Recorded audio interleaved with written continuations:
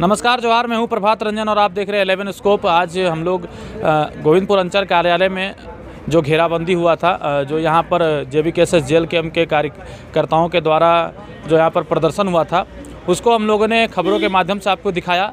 लेकिन जो दूसरा पक्ष सुखदेव हाड़ी जो हैं, उनसे भी हम लोग बात करेंगे, जिनके ऊपर जो है ये आरोप लग रहे हैं, उनसे भी हम लोग बात करेंगे और क्या कुछ मामला है जिसके बारे में हम लोग समझेंगे। क्या मामला है आज जो है सो यहाँ पर प्रदर्शन हुआ? बस ये जो है हमारा ही जमीन के बारे में सारा बच्चा ला करके प्रदर्शन किया और हमको गलत घोषित करने के लिए ये अंचल अधिकारी के पास ये साबित रखने के लिए चाहा, मगर हमने चाह रहे हैं कि ये हमारे अंचल अधिकारी जमीन में जाकर नापे और देख ले जो जमीन किनका है, मेरा पेपर से देख ले। काहे कि नया हमारा अंचल अधिकारी आए हैं, तो बात है कि इसको जांच करके। अच्छा, तो आप लोग स्कूल का जमीन क्यों घेर रहे हैं? कहा जा रहा है कि आप लोग स्कूल का जमीन को हड़प रहे हैं।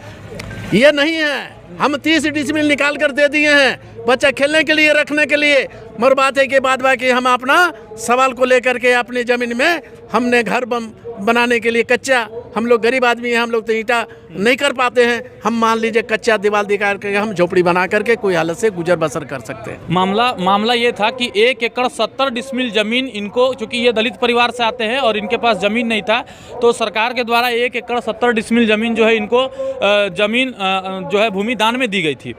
और उसके बाद 30 डिसमिल जो ज़मीन है उस पर वहाँ के लोगों ने स्कूल बनाने का काम किया। उस समय इन लोगों ने ऑब्जेक्शन नहीं किया और इन लोगों ने कहा कि चलो विद्यालय में बच्चे पढ़ेंगे और अच्छी बात है, ऐसा करके इस मामले को उतना जो है गंभीरता से नहीं लिया गया और 30 एकड़ ज़मीन जो है वहाँ पर स्कूल बन चुका है। अब बाकी के बच्चे 1 एकड़ 40 डिसमिल ज़मीन। अब मामला ये है कि इनके परिवार से किसी का सरकारी इंदिरा आवास आता है और फिर ये उसको बनाने में लगते हैं और वहाँ से मामला तूल पकड़ने का शुरुआत होता है। क्या यही मामला है? जी हाँ, वहाँ पर जाने से मारपीट करने के लिए वो लोग तुला हुआ है। कौन मारपीट करता है? वही कुछ महतो का इशारे, नीमाई महतो के इशारे, सहदेव महतो के इशारे, यही सब माने मेन है उन लोग दबंगई करने वाला। और वही लोग खड़ा हो करके मार करवाया और मेरा बहू बेटी को सबको मारा। मारपीट हुआ? किसके साथ मारपीट हुआ? मेरा पुतोह के साथ। उन लोग उस बस्ती जो हमको विरोधी करता है, हम लोग को बसने नहीं देता है, बोला ये लो हाड़ी है, छोटा जात है। अच्छा, ऐसा बोलता है? हाँ, हाड़ी है, छोटा जात है, इन लोग को यहाँ बसने नहीं देंगे। तो आप लोग आगे क्या कार्रवाई करिएगा? यही कार्रवाई करेंगे, जो हरगिज हम लोग जमीन नहीं छोड़ेंगे। जो हमारे अंचलाधिकारी जो उसको करके दे दिया है उसको हम कर दिए हैं और उसका NOC बना करके 30 डिसमिल हम ब्लॉक में रख दिए हैं, जो कि उसमें मेरा बाल बच्चा कभी न छेड़छाड़ करेंगे और न वो दवा दखल करेंगे। मगर हमने नहीं छोड़ेंगे।